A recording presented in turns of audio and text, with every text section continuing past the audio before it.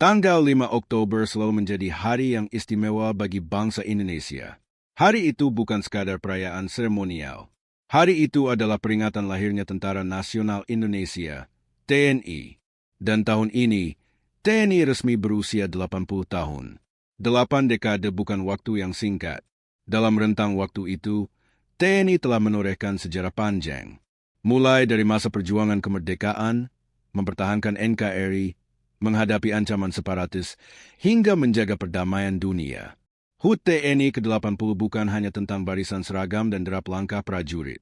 Lebih dari itu, ini adalah momen untuk mengenang, menghormati, dan memahami arti sejati dari tentara rakyat, tentara pejuang, tentara nasional, dan tentara profesional.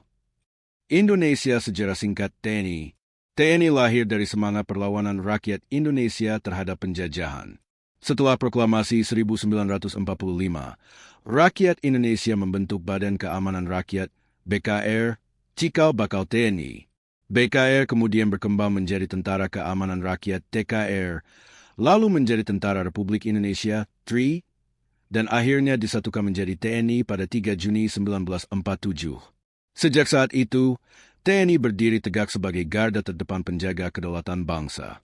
Dari masa revolusi fisik, penumpasan pemberontakan, hingga penugasan di perbatasan, TNI selalu hadir tanpa pamrih. Tahun ini, peringatan HUT TNI mengangkat tema TNI Patriot NKRI, pengawal demokrasi, pelindung rakyat, dan penjaga masa depan bangsa. Tema ini mencerminkan semangat baru di tengah tantangan zaman. Bukan hanya menjaga batas negara dan kedaulatan wilayah, tapi juga melindungi rakyat dari berbagai ancaman modern, mulai dari bencana alam, kejahatan siber, hingga disinformasi yang mengancam persatuan bangsa.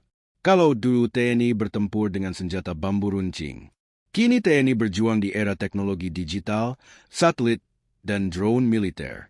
Dulu medan pertempurannya adalah hutan, laut, dan udara. Sekarang, ada pula medan baru, dunia maya. Tapi semangatnya tetap sama, mengabdi untuk negeri. TNI terus beradaptasi dengan perkembangan zaman tanpa kehilangan jati dirinya. Mereka tetap menjadi tentara rakyat, dekat dengan masyarakat, hadir di tengah kesulitan, dan membantu tanpa diminta. Kekuatan TNI bukan hanya pada senjata dan pasukan, tapi pada kedekatan dengan rakyat. Di saat bencana datang, siapa yang pertama kali turun membantu evakuasi? Di daerah terpencil yang sulit dijangkau, siapa yang membangun jembatan dan sekolah? Jawabannya seringkali satu, TNI. Mereka ada di garis depan ketika rakyat membutuhkan.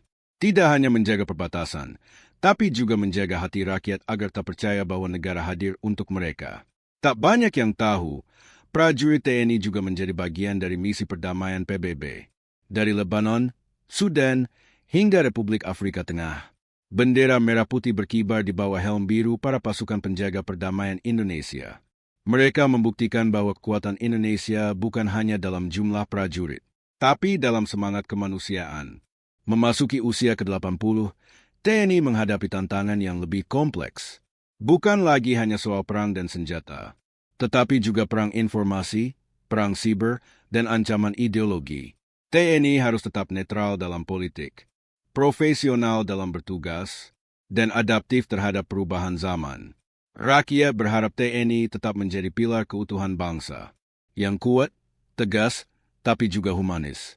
80 tahun adalah usia yang matang. Namun bagi TNI, semangat juang itu tetap muda. Tetap menyala seperti pada tahun 1945. Di tengah dunia yang berubah cepat, TNI diharapkan terus menjaga keseimbangan antara kekuatan militer dan nilai kemanusiaan. Karena kekuatan sejati bukan hanya pada senjata, tetapi pada kelulusan untuk melindungi rakyat. Di hari ulang tahun ke-80 ini, kita ucapkan selamat ulang tahun kepada seluruh prajurit TNI di darat, laut, dan udara. Terima kasih atas pengabdian tanpa batas, atas keberanian di medan tugas, dan atas kesetiaan menjaga merah putih tetap berkibar. Semoga TNI selalu jaya, selalu dekat dengan rakyat, dan selalu menjadi benteng kokoh bagi negara Kesatuan Republik Indonesia. Dirgahayu TNI ke-80.